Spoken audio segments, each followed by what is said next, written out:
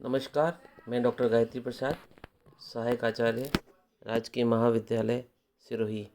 हम NMR nuclear magnetic resonance की study कर रहे थे, उसके सेकंड पार्ट की बात करते हैं, जिसमें हम पढ़ते हैं splitting of signals of a particular peak appear at the number of protons or adjacent carbon atom like that।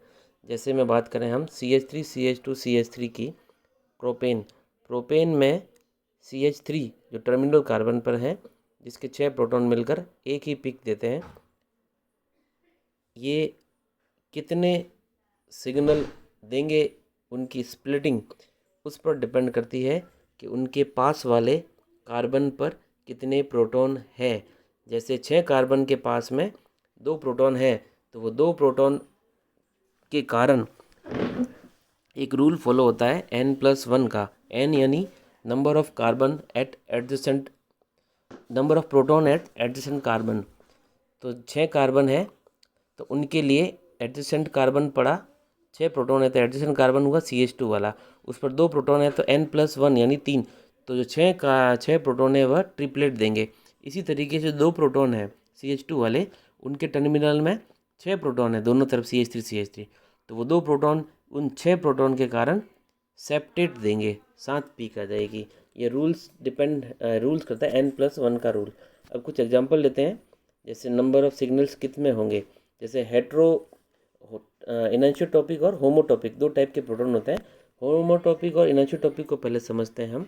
होमोटॉपिक उसे कहते हैं, अगर हम किसी की बात करें, जिस प्रोटॉन को अगर किसी से रिप्लेस करने पर अगर उसकी स्टीरियोकेमिस्ट्री चेंज नहीं हो रही है तो वो होमोटॉपिक कहलाएगा।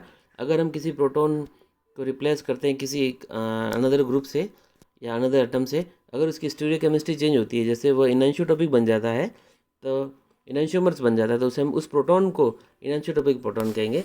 तो होमोटॉपिक और इनैनिसोटॉपिक प्रोटॉन्स होंगे, वो हमेशा उनकी डेल्टा वैल्यू सेम रहेगी। Diastereotopic proton always give different signals.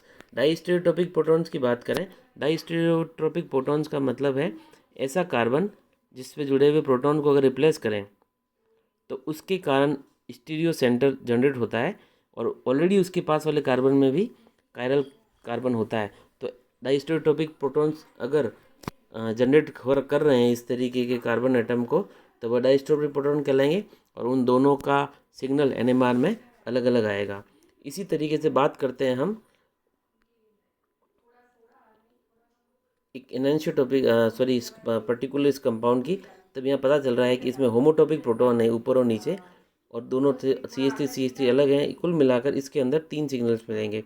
इसी तरीके से एग्जांपल नंबर 2 में टर्मिनल के जो प्रोटॉन कार्बन है उन दोनों पे जो लगे हुए हैं ग्रुप, उन सबको जोड़ा जाए, CH3 वाला प्रोटॉन ये वाला अलग पीक देगा, ये अलग पीक देगा, क्योंकि इन दोनों के सामने ये आ रहा है, ये वाला प्रोटॉन अलग देगा, ये वाला प्रोटॉन अलग देगा। टोटल 4 पीक हमें NMR की मिलेगी।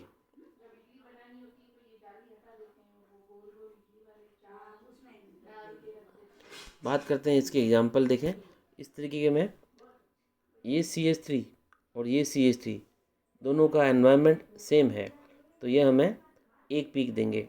ये प्रोटॉन एक पीक देंगे। ऊपर वाला प्रोटॉन अलग देगा क्योंकि इसके ऊपर CH3 है, नीचे वाला प्रोटॉन अलग देगा। 1 2 3 4 पीक हमें यहाँ मिलेगी। इसी तरीके से ये CH3 सेम है, ये CH2 सेम एनवायरनमेंट में है, ये CH2 दोनों सेम एनवायरनमेंट में है, इसलिए 3 पीक मिलेगी। ध्यान से देखें एग्जाम्पल नंबर 5 को, ये स्टार किया हुआ ये कार्बन है, ये ऑलरेडी कायरल कार्बन है। तो कायरल कार्बन के जस्ट पास वाला प्रोटॉन, जिस कार्बन, वापस ध्यान देना, कायरल कार्बन के जस्ट पास वाला CH2, इसके दोनों प्रोटॉन डाईस्टेरियोटॉपिक होते हैं। डाईस्टेरियोटॉपिक्स मैंने पहले बताया था। इस एक CH2 को मैं रिप्लेस करूं क्लोरीन से, तो ये वाला कार्बन भी कायरल बन जाएगा, और इसके ऑलरेडी पास में कायरल दोनों है। तो डाईस्टेरियोटॉपिक हम किसे कहते हैं? डाईस्टेरियोमर्स, जिस ऐसा कंपाउंड जिसके अंदर 2 कायरल सेंटर हो। तो एक कायरल सेंटर पहले से था, दूसरा इस CH2 के एक H को रिप्लेस करने के कारण जनरेट हो रहा है, तो ये दोनों प्रोटॉन डाईस्टेरियोटॉपिक कहलाते हैं। और डाईस्टेरियोटॉपिक प्रोटॉन दोनों अलग अलग पीक देंगे। तो यहाँ पे हम देखें तो एक पीक इसका 2, एक इस CH का 3, और इन दोनों के 5। टोटल 5 पीक है, ये दोनों दो अलग अलग पीक देंगे, टोटल 5 पीक हमारे पास मिलेगी। इसी तरीके से इसकी बात करें, ये ऑलरेडी कायरल है, आप ध्यान देखें स्टार किया हुआ कायरल है, इसके जस्ट पास में दोनों प्रोटॉन डाइस्टोटॉपिक है, इधर वाले भी दोनों डाइस्टोटॉपिक है, 2 और 2 4, एक 5 और एक 6, टोटल 6 पीक हमें मिलेगी। बात करते हैं इस तरह के कंपाउंड की जिसमें बेंजीन रिंग पे CH3 लगा हुआ टोलुइन टाइप का।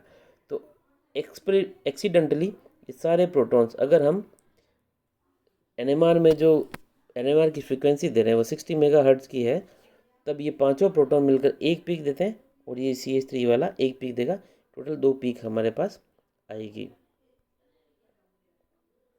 धन्यवाद। आगे हम नेक्स्ट पढ़ेंगे।